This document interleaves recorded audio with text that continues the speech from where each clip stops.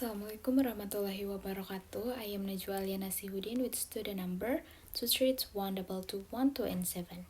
I am recording this presentation to share my reflection on my learning experience in the Critical Discourse Analysis or CDA course. I hope you can understand how this course has influenced my understanding of language and power.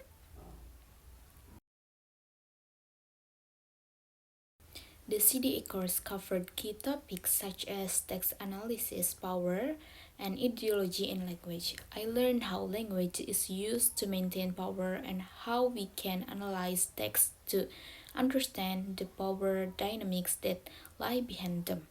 CDA is crucial in understanding how language shapes our social reality.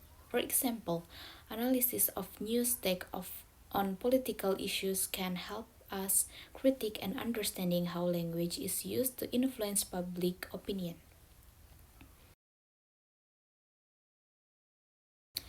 I am very impressed with the teaching strategies used by our instructor, Mrs. Agis Andriani, who is very detailed in explaining things that is easy for me to understand, and I am very grateful for that.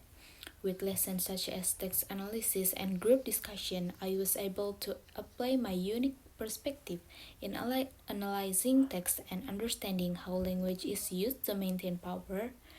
For example, I did a discourse analysis on a news story about troubled children being put in military barracks by the governor of West Java, Dedi Mulyadi, and I found that the language used will greatly impact our understanding as news readers.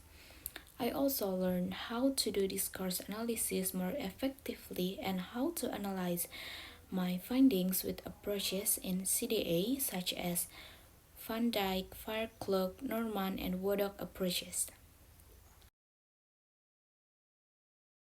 The learning experience in CDA course has reshaped my understanding of discourse and its impact on society. I realized that language is not just a means of communication but can also be used to maintain power and control social reality. I also face challenges in analyzing complex texts, but I managed to overcome them by using creative approaches and critical thinking. For example, I now use the critical discourse analysis method to understand how language is used in political news because in the past, if I read the news, I just read it without understanding it more deeply and criticizing it. In my future teaching practice, I will apply the principle of CDA to encourage students to think critically about language and power. I will encourage students to express their original views and develop critical awareness about power dynamics in language.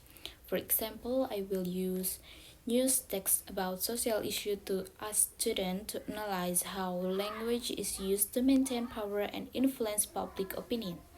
By doing so, I hope students can become more aware of the role of language in shaping their social reality and can use language effectively and critically in various contexts. In conclusion, I would like to emphasize how the CDA course has affected my understanding of language and power. I hope my reflection can inspire you to understand more about CDA and the importance of critical thinking in analyzing. Thank you. Wassalamualaikum warahmatullahi wabarakatuh.